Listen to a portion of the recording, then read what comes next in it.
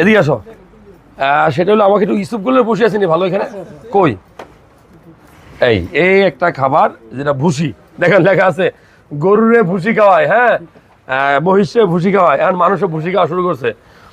এইটা এত ভালো একটা খাবার যাদের ম্যাজিক বক্স অর্থাৎ পেট, এটার ভিতরে জাদুর বাক্স, যাদের খাবার খাইলে বুটবাট শব্দ করে, হ্যাঁ খাবার খাইলে হজম হইতে চায় না, পায়খানা কষা হয়, মানে ভদ্র ভাষায় বললে কোষ্ঠকাঠিন্য অথবা ইংলিশে বলে কনস্টিপেশন হয়, আপনি খাইবেন পায়খানা কষা হয়ে যাবে, একটা মুসিবত।